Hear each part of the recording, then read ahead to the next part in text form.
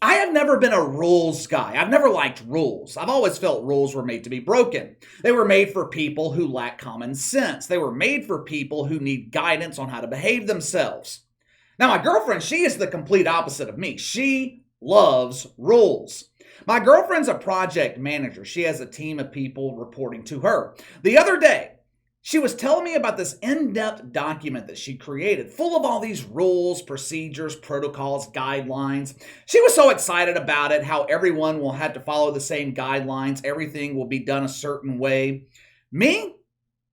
I had the opposite reaction. It made me cringe. Reminded me of my old job. I'm not kidding when I tell you guys this. My old company, they had hundreds, maybe even 1,000 pages of rules and procedures.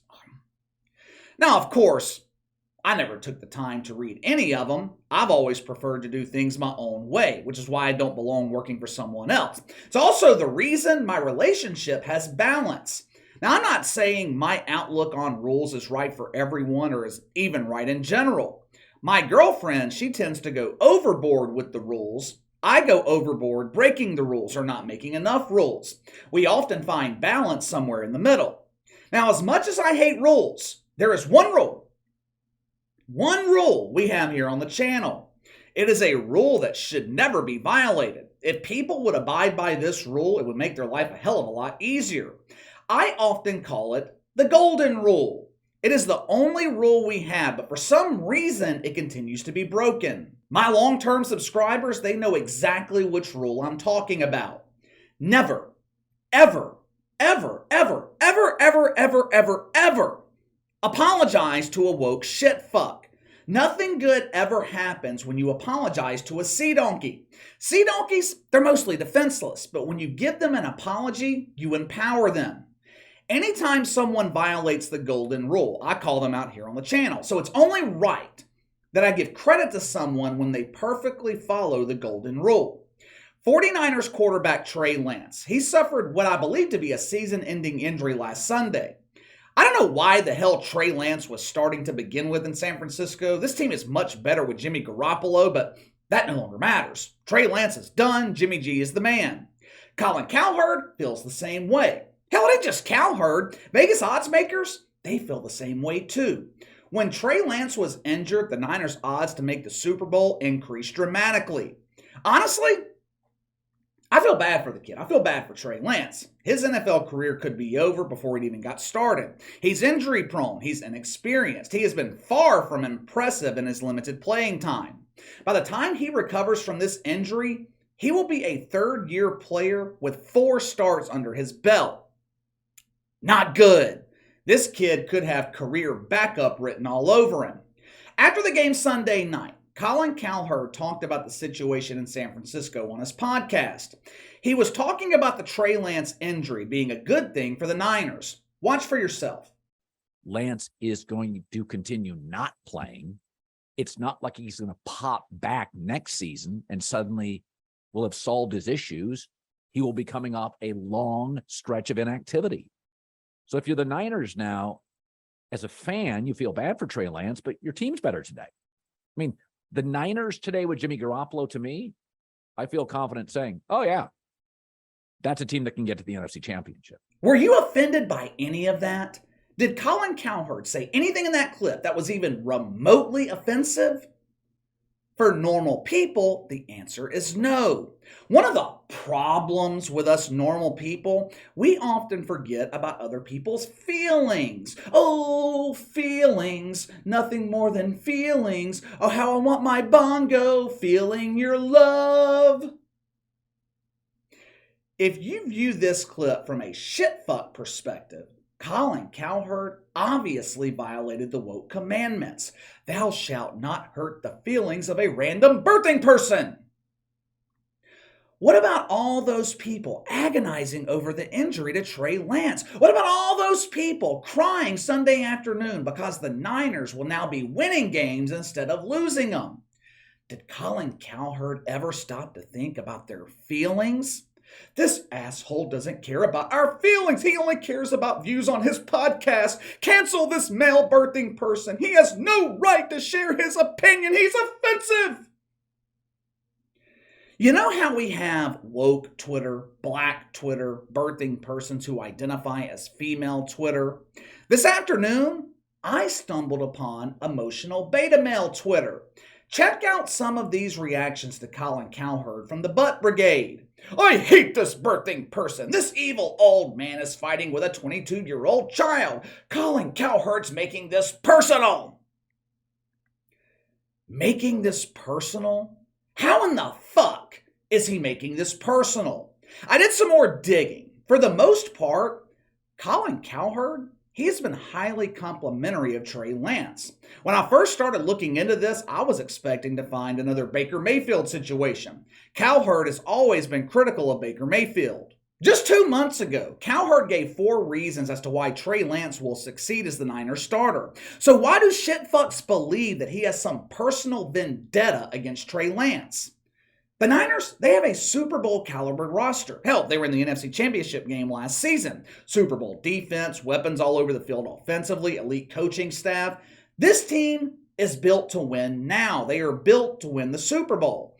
All they need is consistency and, more importantly, leadership at the quarterback position. Last week, after Trey Lance was absolutely god-awful against the Bears, a team the Niners should have easily beaten. If I remember correctly, the Niners were 8-point favorites on the road. A road favorite that heavy in the NFL, that's equivalent to a college team being 21-point favorites. It's a huge number. After his turd of a performance, which was immediately deposited in the local WNBA dump in Chicago, Trey Lance, he decided to celebrate his failure by going to the strip club. He was caught on video making it rain all over strippers. Well, Casey, what's the big deal? Most kids his age go to strip clubs. Yeah. Well, most people his age aren't given the keys to the kingdom. They're not starting quarterbacks in the most competitive league in the country. Colin Cowherd, he reacted to the video of Trey Lance. Watch for yourself. Making it rain at a strip club. It's not the NBA, man. Got 8 home games, got to win them. Especially when you have a Super Bowl roster. It's not the end of the world, of course, nor was Jimmy G being caught with a porn star having dinner. But you all defended Jimmy G, and what happened 4 days later? The Niners brass spoke out publicly and said, we expect better from a franchise quarterback. Of course, you never do. According to the story, Twitter supported Trey Lance. Of course they do. Of course, Twitter supported it, but Twitter's not real life. He said it perfectly. I couldn't have said it better myself. When you're an NFL quarterback, especially on a Super Bowl caliber roster, you have certain expectations. Peyton Manning, Tom Brady, Drew Brees, Aaron Rodgers, Patrick Mahomes, they've never been busted at the strip club making it rain with the homies. You know who we're expecting to do shit like that? Van Wilder, as he prepares for his 9th senior year. There's one positive, though, about the Trey Lance video surfacing. At least he wasn't caught at a woke strip club. This situation would have been far worse if he was raining dollar bills all over the bongo of Rachel Levine or the wig of Joy Reid. At least he was at a strip club filled with beautiful women and not woke women. Most of this overreaction to the comments of Colin Cowherd, this was started by some dude named Chris Rosvaglu. Now imagine my disappointment when I discovered that this dude was a Saints fan. He even hosts a podcast centered around the Saints. Chris writes for The Spun, which is a sports site dedicated to being completely useless. The Spun is trash, full of clickbait with no substance. In his article, Chrissy claimed, Cowherd has too big of a platform to make statements like this. It's far too personal. It's nonsensical. There's that word again, personal. What the fuck is personal about it?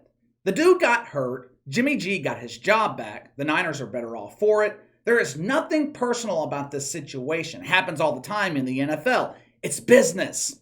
This morning on his radio show, Colin Cowherd responded to the beta males. He responded to the dudes with aspirations of being America's favorite fruit, Don Lemon.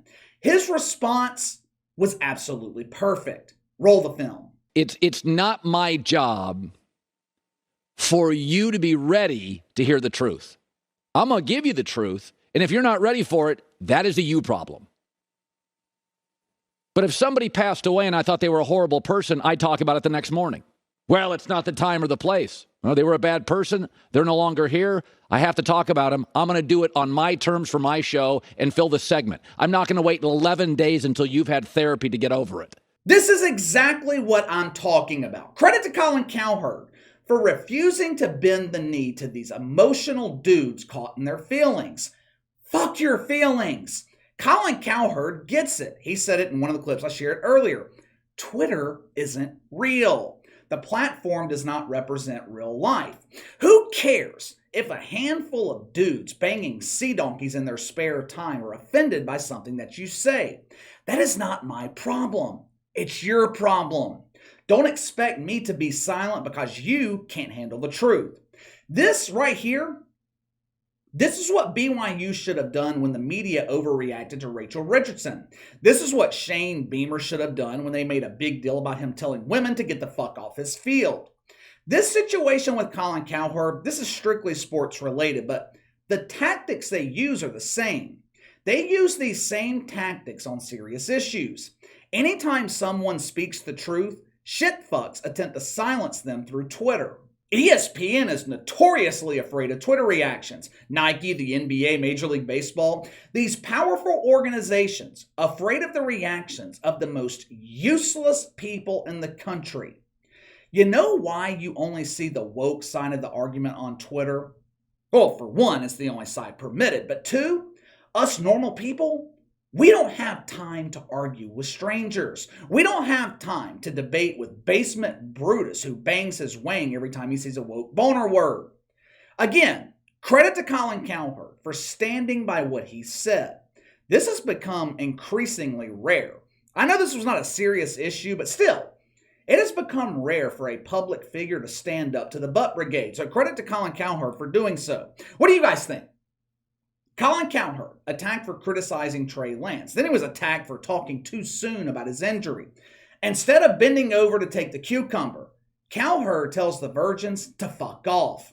Give me your thoughts. Sound off in the comments below. Make sure to like and subscribe. Click the notification bell to receive all notifications from the channel. Best way to contact me is by email at btlkc84@gmail.com, KC_BTL84 on Twitter. I'll see you guys tomorrow.